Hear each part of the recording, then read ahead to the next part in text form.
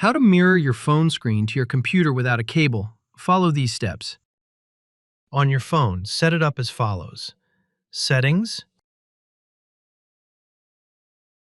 More connectivity options. Wireless display.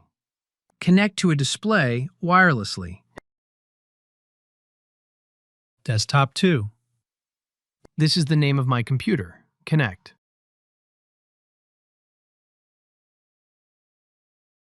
Your phone screen has appeared on the computer. So how do you set it up on the computer? Follow these steps. Settings. System.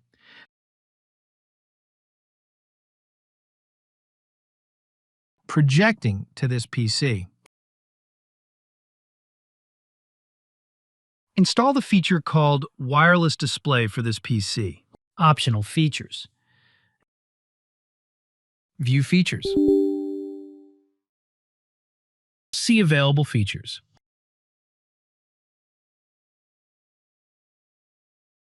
Wireless display.